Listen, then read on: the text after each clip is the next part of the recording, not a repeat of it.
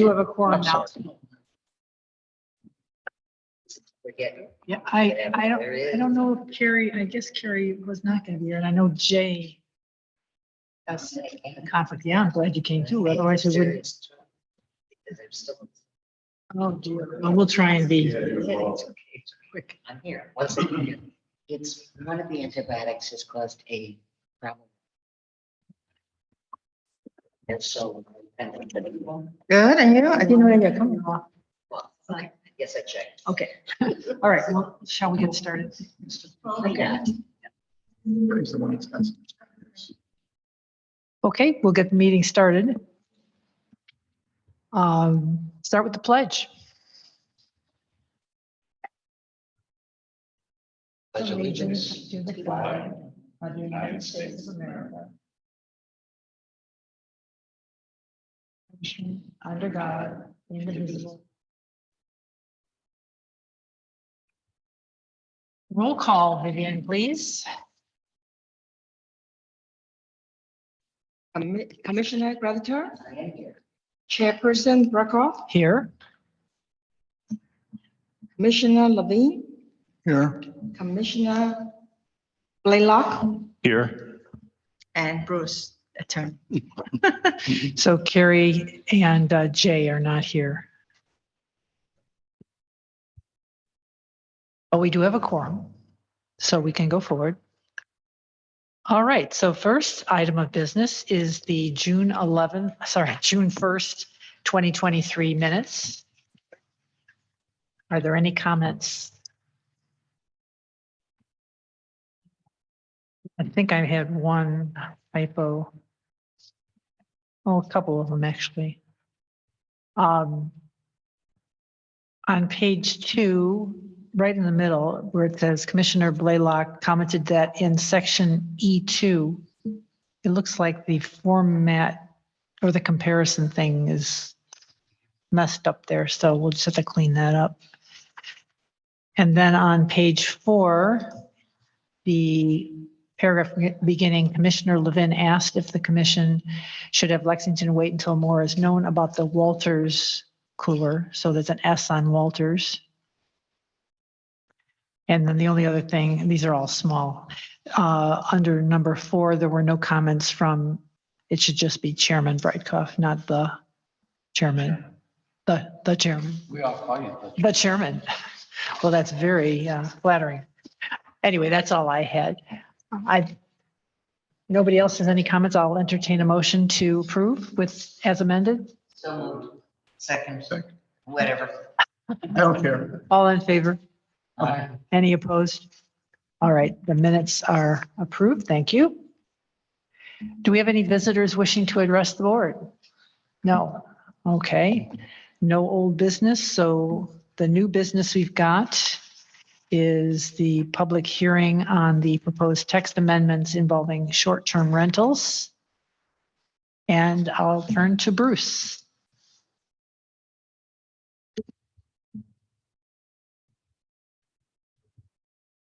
Hello, everyone.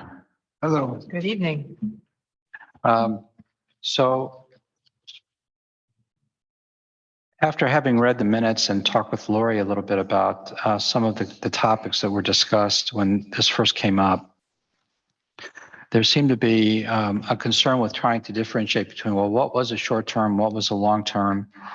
I was puzzled by that because I wasn't sure what the implication was. So I thought it might be good to start back from square one and remind everyone that what at least we thought we were trying to do initially was to say that a form of, some form of rental would be, it's not the same as someone being in a house for a year, a normal tenant for a year, but a person in a house for a shorter period of time. That situation, and I don't want to call it a short-term rental, but maybe a non-owner occupied, non-tenant, but a stranger, someone who comes to stay in your home, would be okay as a permitted home occupation. Not calling it so much a business, not necessarily thinking all in terms of a business license and all of that, but just under what circumstances should we allow people to let out their homes to people who don't really live there? And I therefore, if you look, I know if you all have a copy of the new draft, I sent you one with some annotations, I call them, where I kind of went through them. If I can, maybe I'll just sort of run through this if that's okay. So the definition of home occupation is in the zoning code already, but the second sentence, which we added, is new. Home occupations shall include homestay rentals when permitted by this title. So everyone's seeing that. It's on the first page of the 23-07. Right, ordinance 23-07 blank. So then in order to just sort of do away with the confusing terms of what is short-term or long-term, I simply said a homestay rental. And if someone has a different term they like better, but we have home occupation, so I just said, okay, it's a homestay rental, is the rental use of a dwelling unit by persons other than the primary residence for a term equal to or greater than 4 consecutive weeks. I think we had sort of hit on 4 consecutive weeks as a standard. Primary residence is really the term of art here, and it means people who aren't really staying there under a normal lease, which would be 6 months or longer. People who aren't living there, it would be, primary residents are people who really live in the place in some form or another. So when we say homestay rental, we mean the rental use, not just the use, not when your family comes, but the rental use by persons other than primary residents for a term greater than 4 consecutive weeks. Then the next section in the ordinance is annotating our existing code section 941. So 941 has some language on home occupations. I said slight edits here. There were slight edits from the earlier draft. I have to say a lot of the lead-in language here is not in the current code. Now that I look at it, but the lead-in language saying that the intent of the section is to provide peace and quiet and all of that is new lead-in language for this code section. Section A. Everyone following me? Section A is existing. It's in the code right now. Section B is new. We had this in the earlier draft, but this is very similar to what you see all the time in association documents and condominium documents, in buildings where there are a number of people. And you say, well, if you occupy a dwelling unit, you have the right to do certain things, which we're not going to argue with you about, maintaining a library, keeping personal business records, handling professional calls. The main exclusion is that the conduct of a home occupation should not involve the routine attendance of patients, clients, customers, subcontractors, or employees. This was clarifying. I added section B because we've had some people concerned that under the existing section, a lawyer who has a full-time practice in their home is somehow violating our home occupation, or we have a lot of people who work from home now, partly because of COVID. So then subsection C, let's just be clear, homestay rental shall be a permitted home occupation. So already we're saying the rental use of a dwelling or equal to or greater than 4 consecutive weeks is a permitted home occupation. It's okay to do that, provided it complies with these restrictions. 1, a homestay rental is not the principal use of the dwelling unit. 2, I think this is responding to a lot of the comments people had. The use of accessory buildings, swimming pools, playing courts, or other amenities solely by the persons authorized to occupy the home as a homestay rental shall be considered part of the homestay rental use. In other words, not by people who are not authorized to occupy the home. Only when they're authorized to occupy the home as part of the homestay rental is it part of the homestay rental use. 3, all vehicles used by guests of the homestay rental must be parked overnight or on improved surfaces on the property. That's the same as what we had in the earlier draft. And 4, all garbage and refuse must be stored inside. That was also in the earlier draft. Section D basically follows what's in the existing code right now until you get down to numbers 11 and 12. Everything before then is in the existing code. And 11 and 12 are trying to really be clear about when a homestay rental, a homestay use is, what it does and what it doesn't allow. A rental use of a dwelling unit by other than the primary occupants, unless such use constitutes a homestay rental, is prohibited. That means a use by someone other than the primary occupants for 24 hours, for 48 hours, for 2 weeks. Any use that's not a homestay rental and if they're not the primary occupants is not allowed as a permitted home occupation. Number 12 says that any rental use of accessory buildings, swimming pools, playing courts, or other amenities other than by the primary occupants is not allowed unless such use constitutes homestay rental use. In other words, unless the people using those facilities are part of a homestay rental and therefore have been there for 4 weeks, have signed up for 4 weeks or more.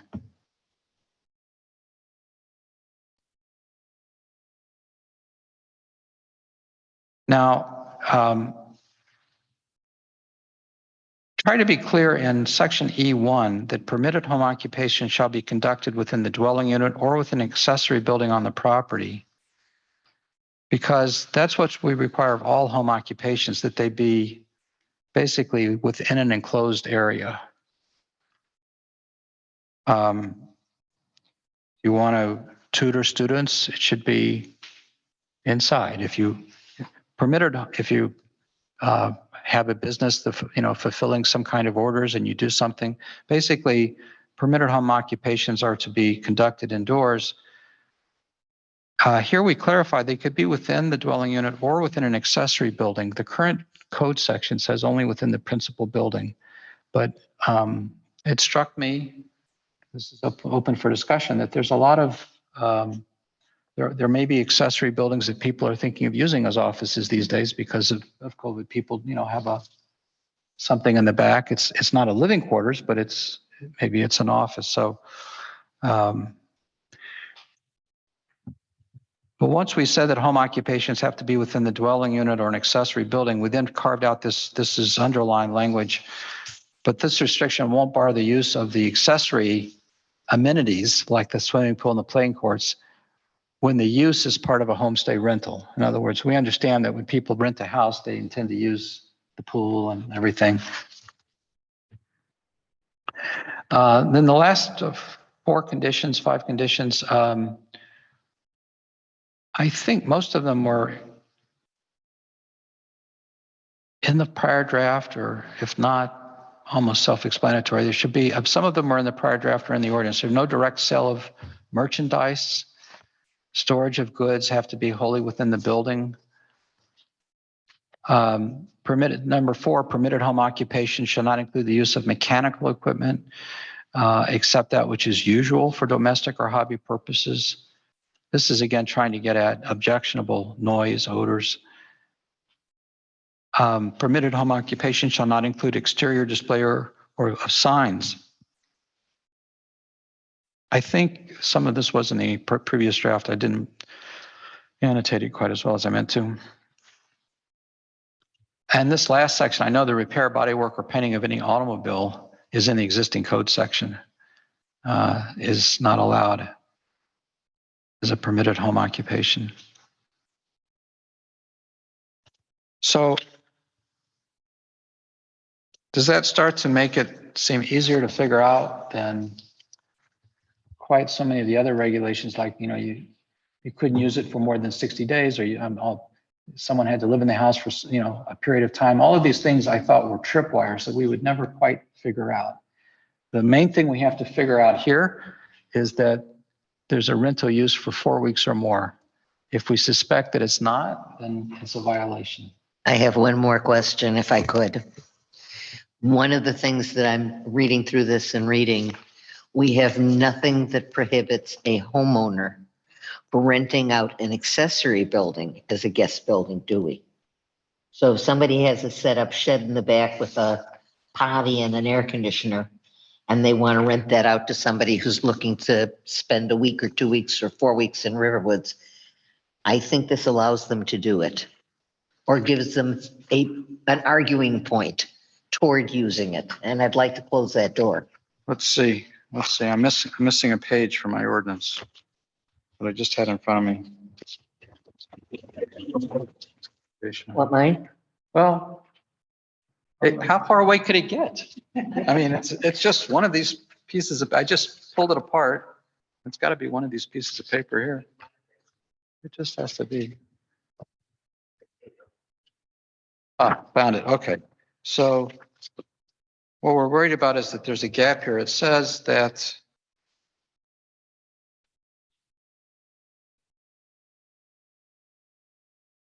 okay, so in the definition of homestay rental, it's the rental use of a dwelling unit by persons other than the primary residence. So dwelling unit is not the accessory building it's a defined term in our code. Okay, so we are covered. So I think we're covered, but I'm going to make a note. The dwelling unit is one of the defined terms in our code.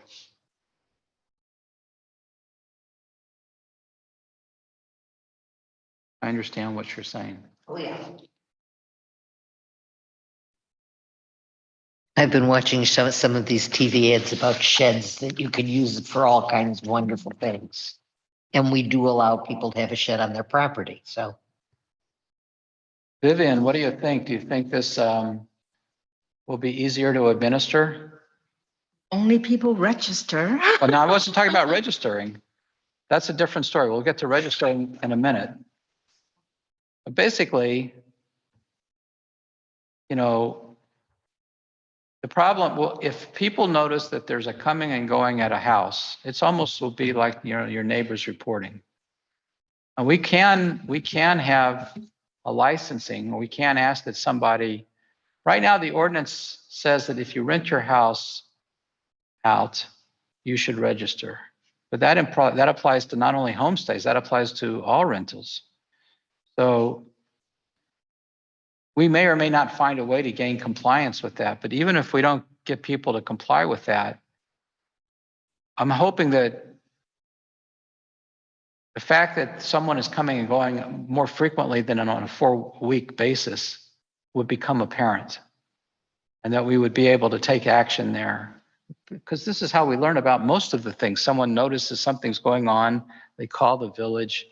If we're reliant on people registering only, we probably won't get much. No, but it would seem to me that once a month or once every 4 weeks, 5 weeks, we could check all of the agencies that are doing rentals and see if there are any Riverwoods addresses there. Because they would be advertised. Go to Verbo and say, a house in Riverwoods. I need it for 5 days, and see what happens. What do you Would think? you hate me if I suggested that? Conceptually? Okay. What about, I mean, it's kind of in the verbiage already, but I think, what about if someone like is having putting on a yoga class that meets every week at the same, they rented someone's house, it's not the resident, but like, it's the renter. Private tutoring is allowed up to 5 pupils, Yeah. but that's already allowed. So the main limitation is 5 pupils. I mean, I've heard of these like 25, 30 people groups. Not necessarily here. I've heard. I know, but I'm just, I tried to leave in place what we had in that one section where 1 through 12, those are all except for 11 and 12, those are all current things not allowed. Right. But we already say that tutoring is limited to not more than 5 in the aggregate. And I don't know, that's probably been in the code for a long time. Bruce, what's the difference between a public dog kennel and a private dog kennel? Between a private one. I didn't hear that. A private dog kennel and a public dog kennel? You got it down here that you can't have a public dog. Well, I think that meant, I think that's the existing language, a little archaic. I think it means How a, about just saying a dog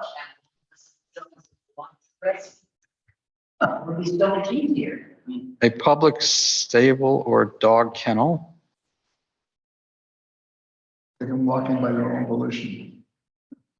Yeah, I don't know about stable because I mean, this is how old the code is.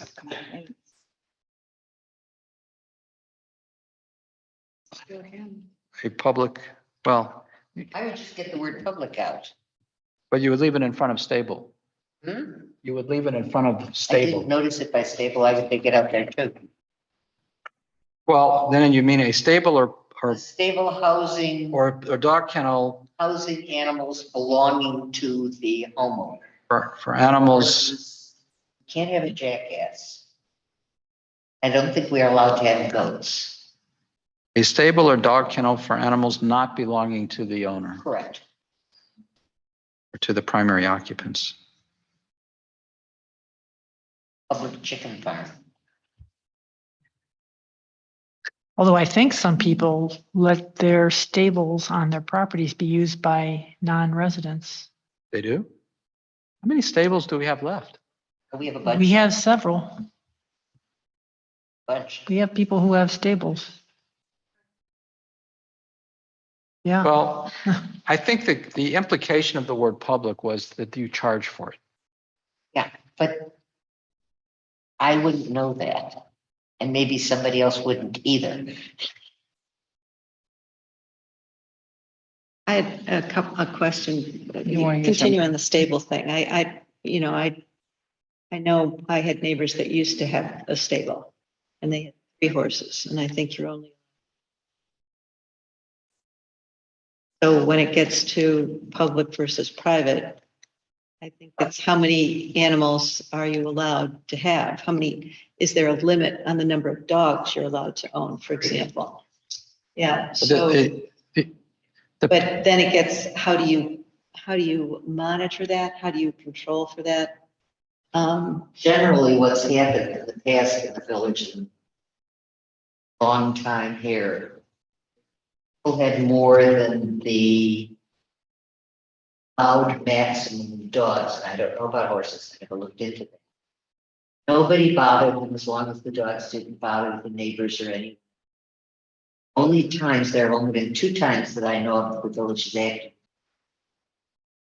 I Duffy, who got Australian shepherds who kept getting out and eating people. And eventually I think they had 4, and they were forced to relinquish 2. The other 2 were declared dangerous animals, and all of the rules that go with confining and danger. That was the last time I tried to eat a mailman. Hard to hide horses. Why don't we just say a stable or dog kennel open to the public? That's what it meant. okay, Okay. that's I have better. a question about dwelling unit to renting, because we have seen offers to rent out rooms with a private entrance, but in the same building. And then you have situations where we do have garages where there's a living unit above the garage.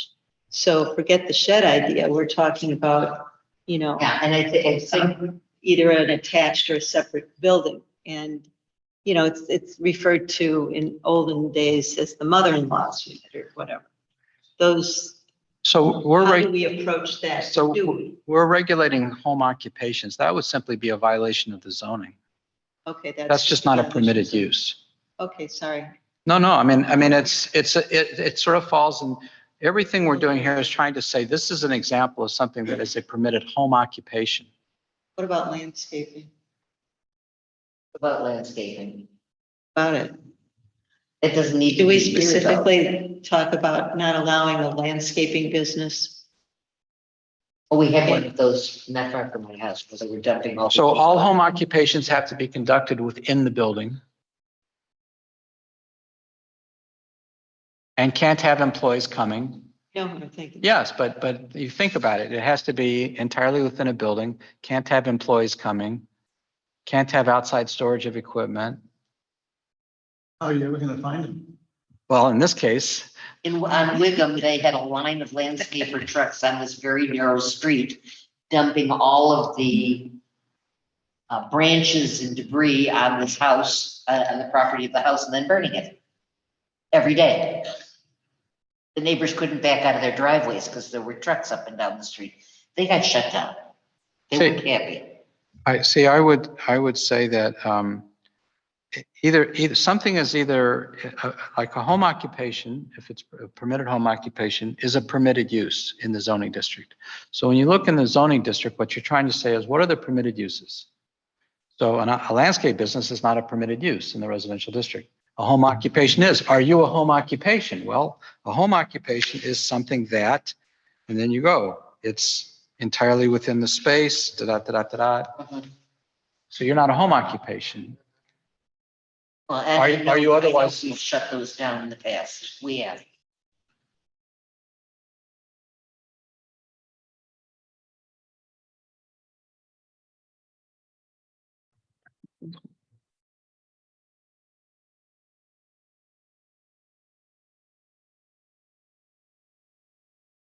So you begin with like the leading language to section 941. Subject to the restrictions set forth, the certain home occupations are permitted in a dwelling unit, provided such use is incidental and secondary to the residential occupancy thereof by the primary occupancy. The leading language on section 941, it's page 2. Page 2. Right there. Line down.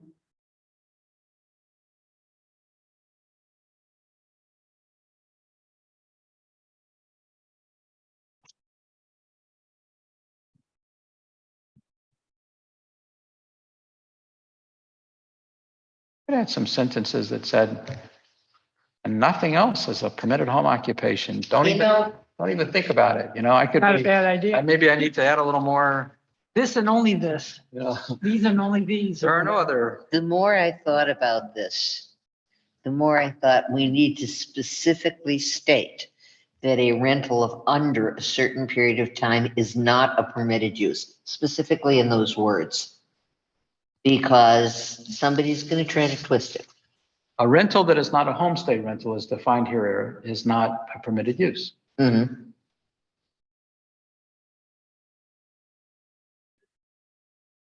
And a homestay rental can only be 4 weeks or more. But that's the Right. definition of it.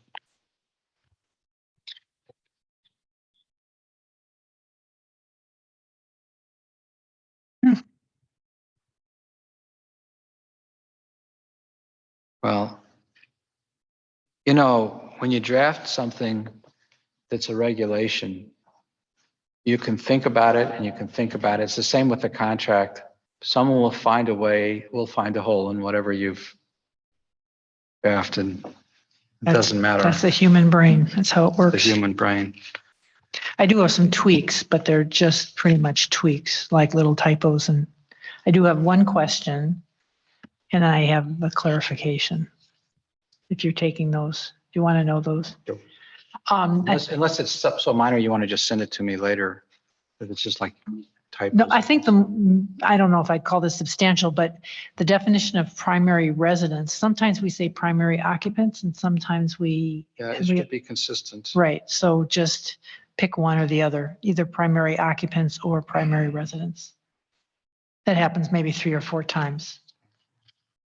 I think I was bipolar that day. Well, it's one of those things that somebody catches when they look at it. Under the last, what is this section? E4. We talk about not using any mechanical equipment. And no using of equipment that produces noise, electrical or magnetic interference, et cetera, et cetera. We don't say light, though. I know we say electrical interference and we say radiation, but we don't talk about lighting. And I wonder if we should add light to that. You talk about glare. We have noise, electrical or magnetic interference, vibration, heat, glare, emissions, I could Odor put or radiation. Intensity of lighting is really what we're getting something at. like that, yeah.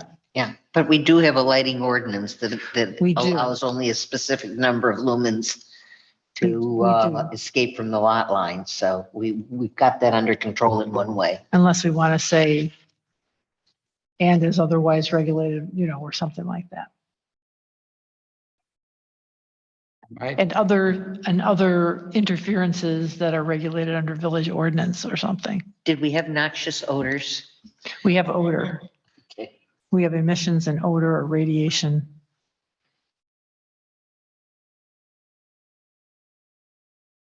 As you know, we struggle a little bit to get compliance with the exterior residential lighting ordinance from people in their primary homes, Oh, not yeah. even just their. Yes, we do. I have a neighbor. And then I have a couple of tiny things and I'll just send those to you. There's only like 2. What do you think overall of it? Did you mind the term homestay rental? Did you find that easy enough to get out of your mouth? It's good. Yeah, I think it's clear. I think not only do I think it's clear, but I think that invariably we find something we've missed, and I think we've covered pretty much all of it at this point. So I'm pleased with it.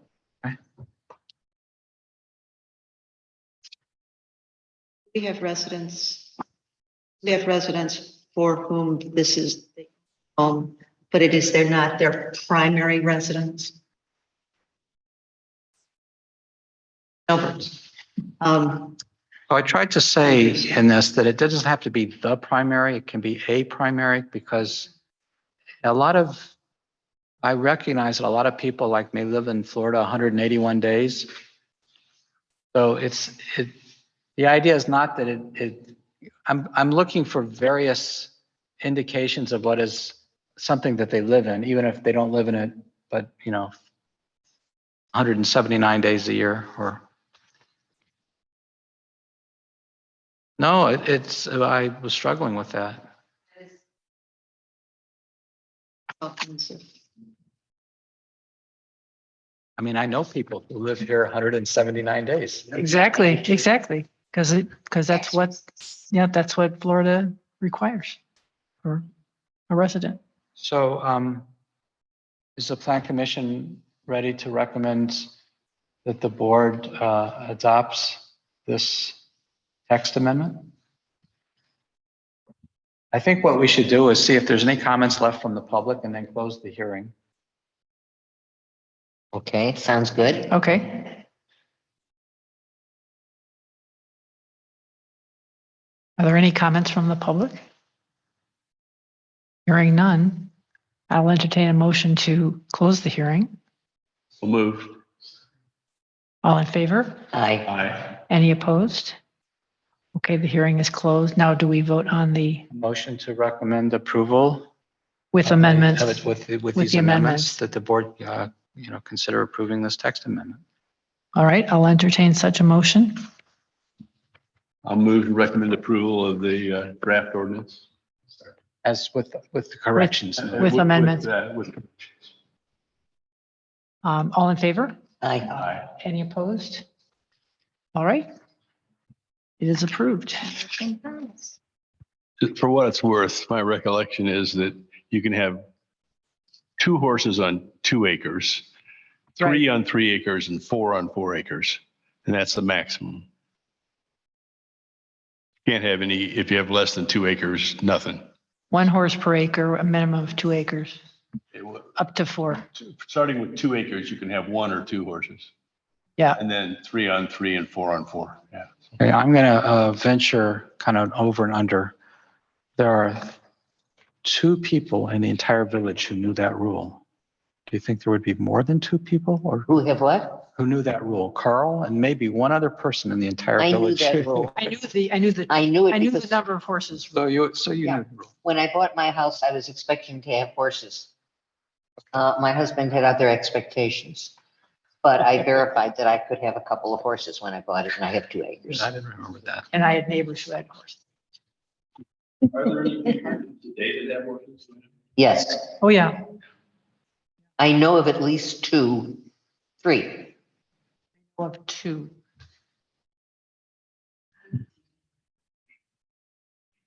Okay. I'm looking at my agenda. All right, so we are moving on. Second item of business is discussing the possible sub-area plan amendment to the comprehensive plan for the area encompassing Walters Kluwer to consider any land uses other than office and research uses. Some time ago, the Plan Commission considered an amendment to the comprehensive plan for the Federal Life site. And just to remind you, the comprehensive plan has a map. It's called a land use map. It's different from a zoning map. It's more general. It's broader categories. The zoning map will have R1, R2, R3, R4. The land use map will have residential, office campus, business, broader terms. And the idea of a land use map is to broadly arrive at what fits where in the village. When we looked at the comprehensive plan, it right now says that the Federal Life site is office as a land use, not what zoning it is, but as should be for offices. The same is said about Walters Kluwer, and the same is said about Discover, because those are where our offices are today.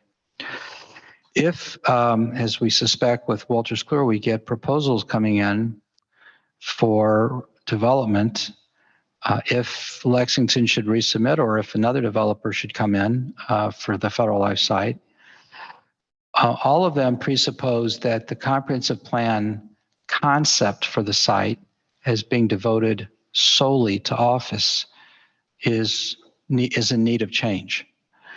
And the Plan Commission, when it looked at this a year and a half or 2 years ago, said, okay, we can see that the Federal Life parcel maybe should be considered for mixed use, which could include some residential, could include office. In other words, we thought it was appropriate that the use for Federal Life be broadened.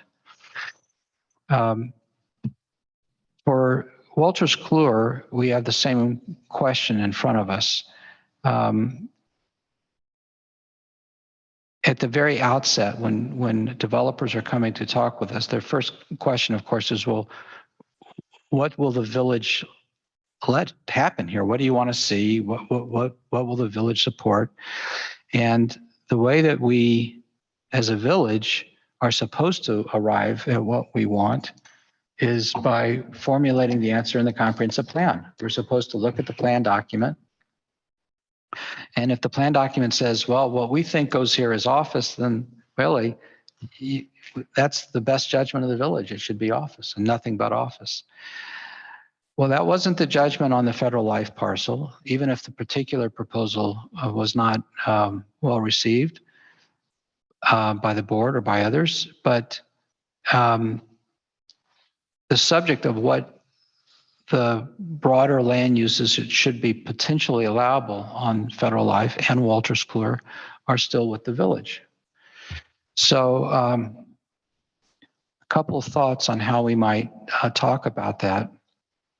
I mean, obviously, the Plan Commission could think about this, discuss it, get input from planners, the public, and come to the conclusion that there should be no change whatsoever and that they should just stay office no matter what. You're likely to get testimony from experts and people that say, that will say office is not as tenable for some of these sites anymore. You have evidence all around you that large suburban office developments are being abandoned. So And that's what happened with Baxter. I mean, Baxter says it's leaving, and it says that it's not suitable for adapting that building, although people disagree.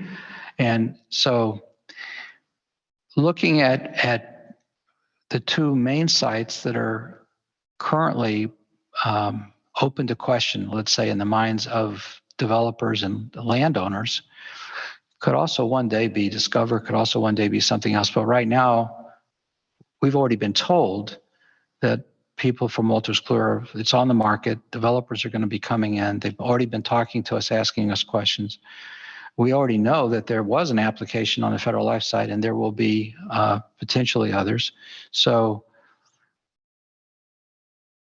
the Plan Commission can look at the menu of land uses and decide what fits in the village. That's not deciding that you liked a 3-story townhome development of a certain design that Lexington has. It's really just saying, what are the broad land uses that fit on a site in the village at this location? So about Wolters Kluwer, I guess I would say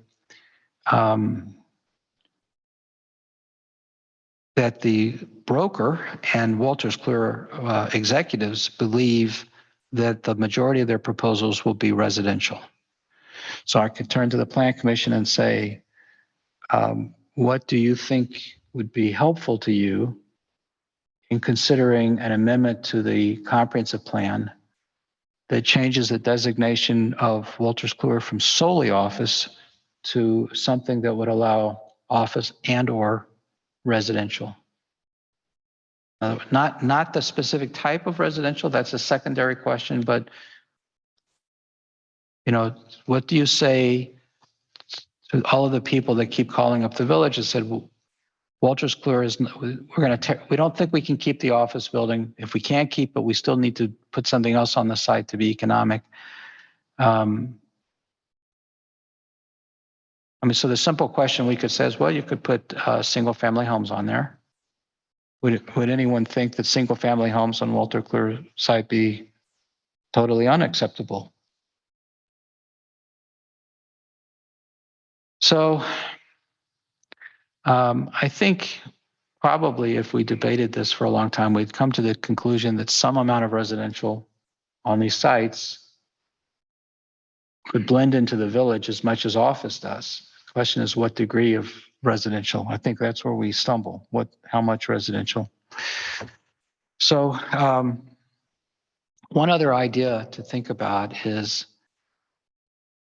Henry Hollander mentioned this to me the other day, would be to try and come up with better parameters than we had when we started with the Federal Life site. We had residential as a category. We thought townhomes as a category, but we didn't have a lot more than that until we saw what the development proposal was.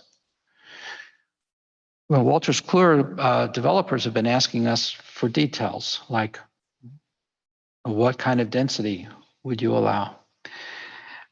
Again, normally a village would come at this by looking at its comprehensive plan and thinking about, what is the appropriate amount of residential here? Does it step down to a lower density here? What's the kind of transition and buffer that's needed? We only have two sites right now where we have this issue. Looking just at Wolters Kluwer, maybe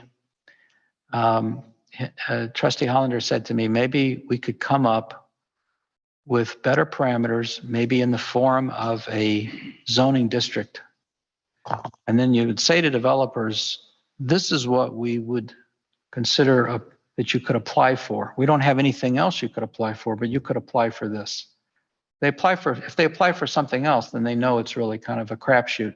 But if we tell them, this is what you can apply for, presumably there's some rationale for why we've said that. So we have an R1, an R2, an R3, and an R4 district. But what if we had an R5 district? I don't know what R5 means yet. Just in other words, a new district and attempt to define what are the buffer yards, what are the setbacks, how do we create a more, pleasing arrangement by how we state the regulations up front. Now, that would mean that we would be debating a little bit with ourselves because we wouldn't be reacting to a proposal. We would be trying to say in advance, this is what we think. This is the proposal that will please. Yeah. And I, for one, would not reject a plan that was primarily housing and something else on Lake Cook Road. Because I think that single-family homes on Lake Cook Road would be difficult. And I'd like to see perhaps something that transitions, but that within a brief period, within a brief distance, away from Lake Cook Road, it then is residential and matches the adjacent residential areas. So I think it's more than just we want this, because it can be, there are a lot of proposals that would be acceptable and a lot that wouldn't. Worthwhile to get, it might be worthwhile to get someone who's on the developing side of this issue to tell us what, I mean, we're just sitting here kind of guessing. We don't know. Well, I think the problem we have is that if we wait for the development community, they tell us that they want a lot more than we're willing to grant. We know that. That we know. So that's why we're almost sort of trying to come out at the other end going, we know we are comfortable with this. If you want to go for something different, man, that's on you. But this is something we've thought about. We put in our comprehensive plan, or we've adopted a district in anticipation of a use. If you don't choose this path, you do it at your own peril. I like the idea of a new zone, a new zoning classification that we could kick around and decide what we want that to be, what the parameters that would be. The only thing is we have to be fairly specific about what those parameters are before the developers come. Right. Okay, so this is a new zoning. This is R5. And we don't know what R5 means, but what we think it means is 547,000 townhouses. Well, Well, we think it doesn't mean that. So, but no, all I'm saying is there has to be some specificity Right. to what we decide. Like a density, a maximum density we would accept. exactly. Or they might say R5 is a 5-story building. No, it's not, It's a density issue. R4 is country club estates. I don't even remember what R3 is. I don't either. I don't think I've ever seen R3s. R1 and 1A, R2, We've R4. got 1R and R1. Okay, well, anyway, that was an example. But I think, yes, I think if we're going to do this, we have to have something specific as to what we would accept so that someone doesn't come in and say, well, I don't understand this new district and I've got this great development. So just as a little bit of, if you have time and you go back and look, when Discover was first built and when Wolters Kluwer, which was Commerce Clearinghouse, CCH, was first built, the zoning districts they're in are called Office and Research 1, and Discover was in something called Office and Research 2, but it was essentially identical except for FAR. Even today, if you look at Wolters Kluwer, it's not a special use. There's a zoning district that defines how much the setbacks are all around the perimeter of the tract. There's a minimum tract to be an ONR1. There's minimum lot sizes. There's setbacks. A lot of what you're just saying, there's a FAR, there's a density, there's an impervious surface restriction. It's all in the district. And that building has existed on Wolters Kluwer, like that for 50 years. And, it's true that when they adopted the district, they did so in anticipation of a particular plan. I don't think they adopted the district without having any idea what was going to go there. So we maybe are ahead of them in that way, but it's an example, if you look at it, the ONR1 district, it's an example of how a district with all of these standards can function. And then if Wolters Kluwer was torn down, let's say, and someone else came and said, I want to do office. Right now, what we would say is, well, read the ONR1 district. Yeah. We have a district, read it, comply with it. When we were threatened with a logistics center, not a bridge, but a year and a half ago Right, over on Milwaukee. on Milwaukee, the problem was that the developer was saying to us, if you don't approve us, we're going to go to Buffalo Grove. Mhm. And we thought, well, maybe we can control it better. But then the developer said, well, I'm not going to annex in the village and then learn whether or not I get approved. That's the challenge with annexations. So they said, you have to have a zoning district so I know what it is I'm getting. So although they ended up dropping out for various reasons, we drafted a zoning district that we were sharing with them as part of an annexation negotiation. And the zoning district was for a logistics zoning district. And it was modeled on the ONR1. It said, here's all the things you have to do in this district to build a logistics building. And it had a few other bells and whistles, which are various design review.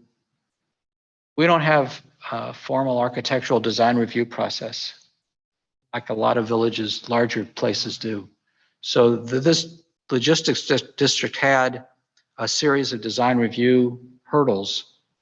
So even though there was an approved use, you still had to get design review, which could affect the site plan, the placement of the buildings, the appearance of the buildings. So if we were to do an R5 or something like that, one thought would be not only have all of these formal district standards, but also have an appearance review process built into it. Just for what it's worth, R3, you said, is 200,000 square feet, single family, which is like 5 acres. It's like Rick Jamerson's property. Those property, it's like the But that property. used to have horses way back when.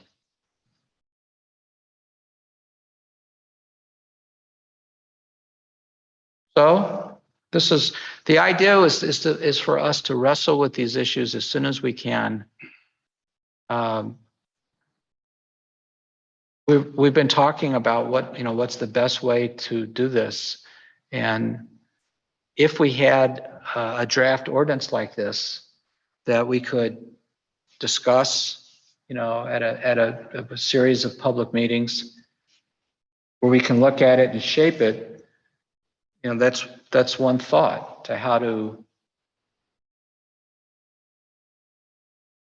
we need to reach a consensus somehow, and we need to try and reach it that has enough support where we're not surprised or people aren't, so Right. I don't know if when you get a draft that you're about to adopt, then you call a town meeting or something and say, we really have this important thing we're going to do.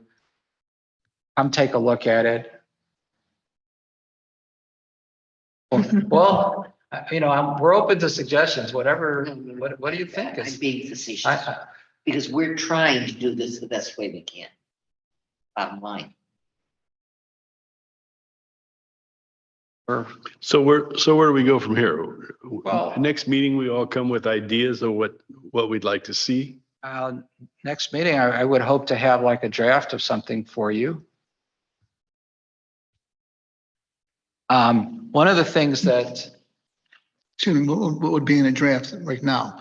Just verbiage. Again, it wouldn't be specific. when you create a zoning district, you're not applying that district to a particular property yet. It still has to go through Right. a public hearing to apply that district to a particular property. It just would be creating the district as a possibility. It would exist in the text of the zoning code, but not yet be applied to any particular property. So what, would it just say there is such a thing as an R5 and to be filled in? So we have a service station district. We have a public land. We have a bunch of districts that we rarely used. And many years ago, we had an R5, an R6, and an R7 district. Oh, yeah. And they were never used. They took them out of the code. And we have an R3 district and we maybe have 3 properties in it. I don't know how many properties are in it. May I join? Speak into your mic. In speaking with Henry, he intends to bring this up at the next board meeting, this idea. And the board then, we're hoping that the board agrees that the plan commission should take this task on and take a look at the more fulsome look at the comprehensive plan to include these thoughts as well as maybe a recommendation to increase the zoning alternatives that we have. So we might be moving a little fast to expect something in writing that you can react to at the next meeting. There may be an outline, there may be some thoughts, there may be some other issues. There does need to be some thought before that. I think you're going to need more than one discussion to arrive at this. And again, Henry will bring this to the July 18 as part of his committee report. It was a grand idea, and I think Bruce has done a good job in explaining what, kind of the situation we're in and hoping to bring clarity through the comprehensive plan and zoning recommendations from the Plan Commission for the board to consider. But we want to be very thoughtful about this because we're sort of in another region with Lexington right now, and we're anticipating, something that may or may not happen in the next so many days from Wolters Kluwer. So we want to be prepared, but we don't want to act without more thought. So I would suggest to you that perhaps next time to react to proposals might be a little quick, insofar as Henry is simply bringing it to the board, in another week or so on the 18th, to give you direction. And you could get some thoughts coming from the board members at that point too, that you can consolidate and use in your deliberations. That would be very helpful because I have to tell you, I'm quite skeptical at this point. So I need a lot of information. Yeah. I'm not going to mess with that property. And I've got to tell At you, this the point- one thing I'm concerned about there is density. I don't want cookie cutter on that property. That It's is- too beautiful. Yeah, that is going to be a very serious discussion. So I'm not messing with, I won't vote to mess with the zoning unless I feel really good about what we propose.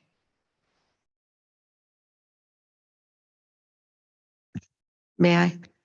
So you may choose to have the village planner come in and make a presentation to you so that you can, you can sort through some of these things. And, it's always nice to see a drawing, although drawings, don't represent real life. They can give you a sense of what the property is and isn't, and how much of it is actually usable. If we're talking about Wolters Kluwer specifically, then there are protected woodlands over there and they will continue to be protected. Right. I would hope and pray, but I think if the village planner were to engage and you could have some kind of discussion with them, that might be of help in your deliberations. Any help will help. What if it's not, we're not necessarily obviously limited to like just housing. I mean, there's things like we talked about mixed use in the past. I seem to remember we once had talked about recreation. I'm not talking about like a baseball stadium, but well, I guess the Bears are available, aren't they, or something? But They need 200 acres. yeah, but no, I mean, are we that open? We can. I mean, I think we may have a tendency to just look in housing, and we have to figure out a way to incorporate the type of piece of property that is, and what's a good use that will go with that. That hopefully generates some Well, attention or some money. Here's one issue that we've been talking about it at some of our kind of, staff meetings where we kind of we try and anticipate what some of the issues are with Wolters Kluwer. Let's say that, it's an attractive housing development of some sort that goes there. Let's say, we get an attractive housing development of some sort. Mhm. What's your feeling about that development having a driveway onto Port Wine? Instead of on McCook. Well, in addition, Yes. in other words, This is going to have to be discussed at the public hearing. You Yes, see? of course. I mean, Yeah. in other words, I understand that it would have impacts different ways. But now let's say that you were welcoming a community that you thought was a great addition to the village. They're on the Walter Square site. Is the only way they're going to get on and off, like to come to the village hall, is to go out onto Lake Cook? Maybe, I don't know. How would you feel about that? But I think when I make, I want to, Like if you were living right there and you wanted to go over to the village hall on your way to do something or whatever. Well, think about how you have to get to Village Hall when you live in Thorngate. I don't know. I'm just saying, I'm You just. Come like this is Deerfield like Road this. or Lake Cook, you know? It's like one Yeah. question. Yep. Or, Yeah, they have a stoplight. It's not like trying to get out of Meadow Lake, very frankly. maybe So- it wouldn't work. What about a walking path along Port Wine so that that community can then come out onto Port Wine? We talked at one point about a bike path on Port Wine as well. yeah. that's- And I think that would be a terrific amenity to the residents. I really do. Like to get them off of Port Wine. It's not wide enough for 3 abreast bike riders, and I have seen and not loved them.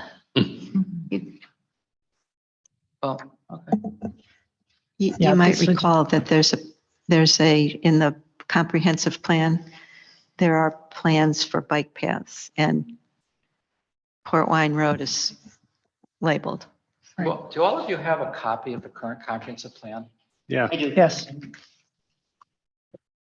Not with me, but I do. No, I just, if you didn't, I was gonna request that we make sure everybody get a copy of it, to have, because,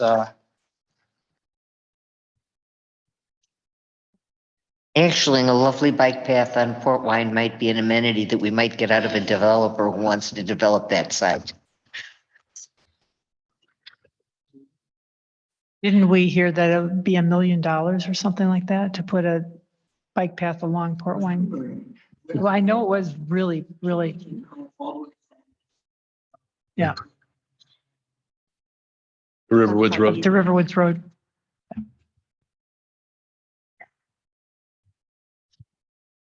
okay, well, we have our work cut out for us. Yep, I think so. Logistics are, I don't know. Logistics are a little beyond our purview. I mean, I think it's more a matter, we want to have something we can really cheer for. But it's up to like the designers. I mean, it's up to the designers to, will go into that spot. Well, but we can set parameters that they have to observe, which, part of the skill in setting those is to set them in a way that it forces them into a more naturalistic and attractive layout. Somewhere within those parameters is that anything that gets built there should be Riverwoods beautiful. I do like the idea of an appearance review built in. I think that an appearance review, I think, is critical this time.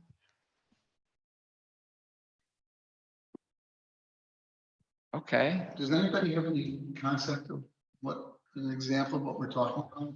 on Walter Square? Appearance review?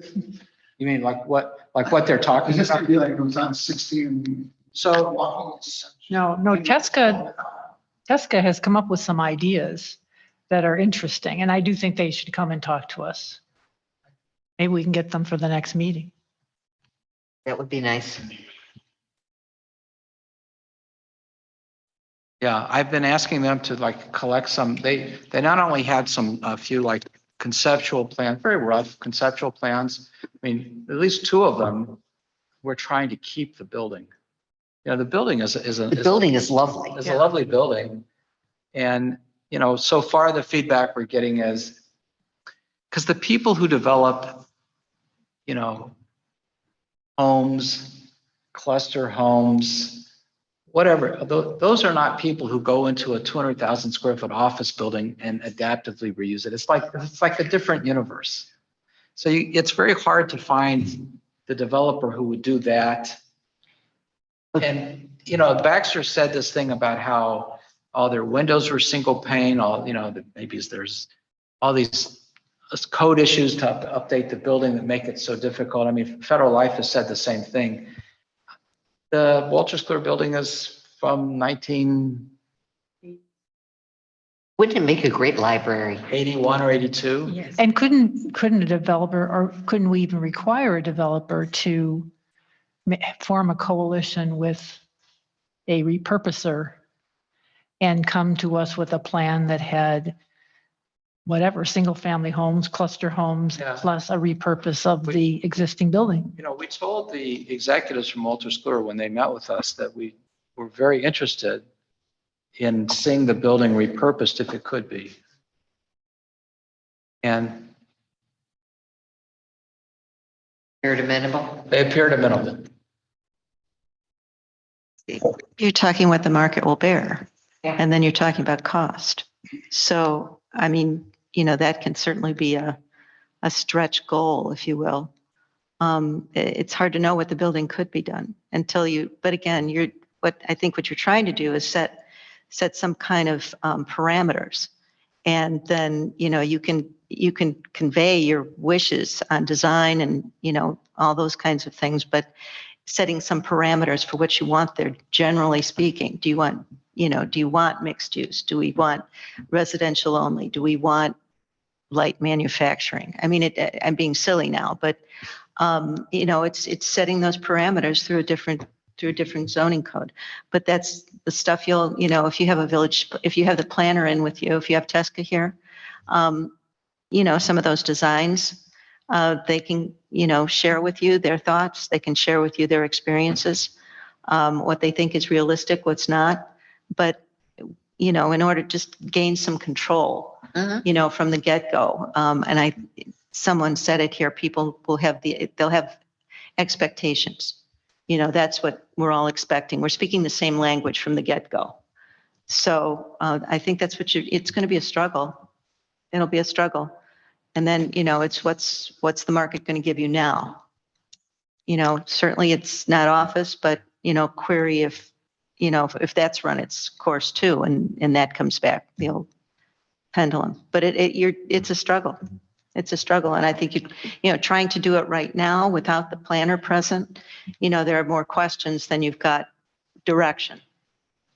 You know, that's what, 50 acres, the Walters Kluwer property, 48. about that. And the building doesn't take up that much of it. Maybe there could be something where there's a community where that building becomes some sort of a community center or is repurposed for something other than residential. It's Yeah. a lot of building. It's I know. 200,000 square feet. Yeah. So I mean, it's almost too much building not to be residential, because otherwise you can't really use it because you can't park it unless you leave all the parking there. Well, I'd still like to see it be used as a senior community. And I if think it it'd was, be perfect Yeah. for, you know, a good-sized, beautiful setting for a senior community, and then homes, you Right. know, around it.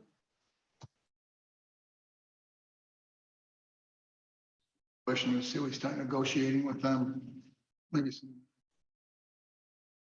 negotiating with them and they don't like what we're saying. Also, this is our property. This is not like, it's in Riverwoods. No, they can't leave us.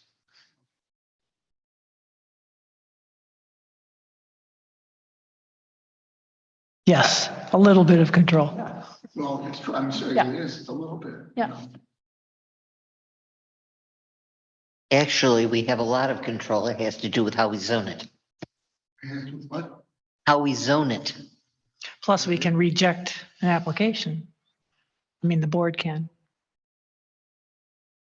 So we do have control. So can we have Tesca come? Do you think they're ready to? I talked to Lee. I was just waiting to see what happens at the board meeting. And Tesca's already been sort of working on some ideas to have some pictures of these types of other housing developments. You know, what do we like? What do we think? Which, you know, and maybe they will explain some of their drawings. I mean, maybe it's time that we just brought all that here and said, you know, here's different concepts for what would go on the site. What do you think? So let's do that on August 6th. August 3rd. Is that what it is? Our August? next meeting's August 3rd. So let's try and do that for August 3rd. Yep. Okay, anything else on that subject? Oh, okay. I have no comments to add, so I will entertain a motion to adjourn. So moved. Second? Favor? Aye. Any opposed? Okay, thank you, everybody. Good night. Yeah. Changes.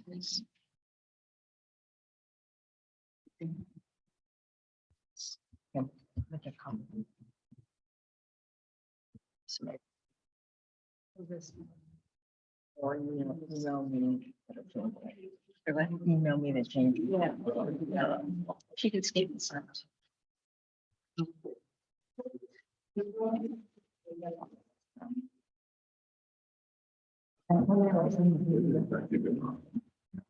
Did I tell you that? Well, she asked me before I left, she said, she has a book club today.